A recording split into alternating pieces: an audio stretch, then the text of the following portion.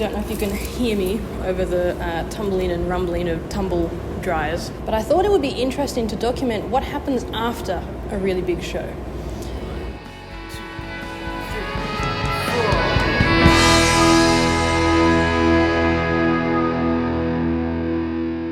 It's probably pretty easy to guess what musicians do before a big show. We rehearse, we advertise, but I'd imagine most people think that once the show's done, it's over. So maybe it'd be interesting to show you what happens after. And I don't just mean going to the laundromat the next day, because I've got like 3 or 4 weeks of dirty laundry that I haven't had time to clean and sort through. That is some of it, genuinely, that is some of it. Life kind of goes on hold when you've got a big show coming up, and now it's time to catch up. But there are other things too.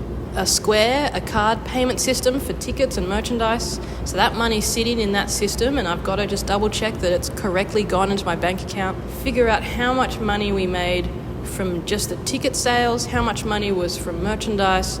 Double check that I didn't get any money for the other band's merchandise because they had their own Square. Then figure out how much money the other band gets. Pay my band? Do I pay my band? I like to pay my band, but last time I tried to pay my band, they said, no, keep the money, put it into the next thing. So I've got to have that conversation and figure out what happens with that money there. And someone else is coming to do laundry, so I'll tell you more later.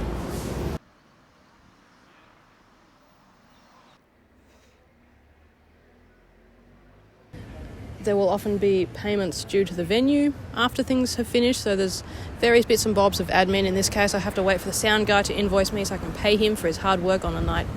My sound guy was Jack. He did lots of the recording for the EP as well as lots of my previous stuff. And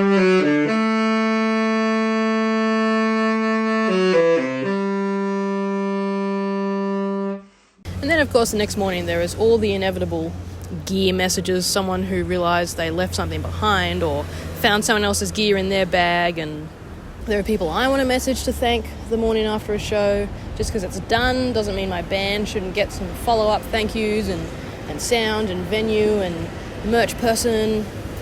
Of course, the photographer has got to go away and do all her editing and send me things, so I need to send her details about email addresses and all that kind of thing. Watching the traffic, it's really quite delightful actually, waiting for my laundry. I had something to do today, which is good.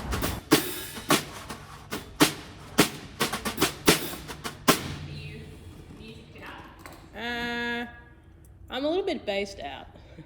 I seriously last night considered just not unpacking the car. I was like, I'll need it tomorrow. I was like, it'll be like a tone out of tune.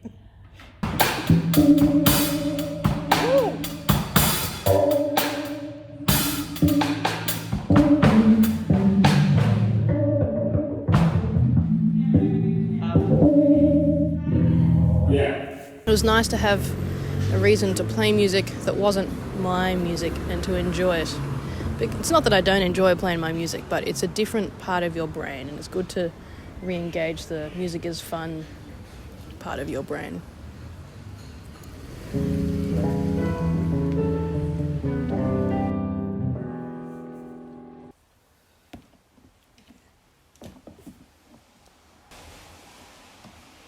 So I've always been very bad at finishing projects. As a kid, I always had incomplete drawings and Lego constructions just lying around on the floor, strewn about the place. And you might think the hard last bit is making the EP, and certainly getting over the finish line is really difficult and much harder than the majority of recording and writing and arranging. But for me, as soon as the music's out, I emotionally clock off. It's not that I don't like the music anymore, it's that I get excited about the next thing. And instead of doing what I'm supposed to be doing, I've caught myself singing arrangement ideas into my phone for new stuff. Two bar horn intro. Kind of like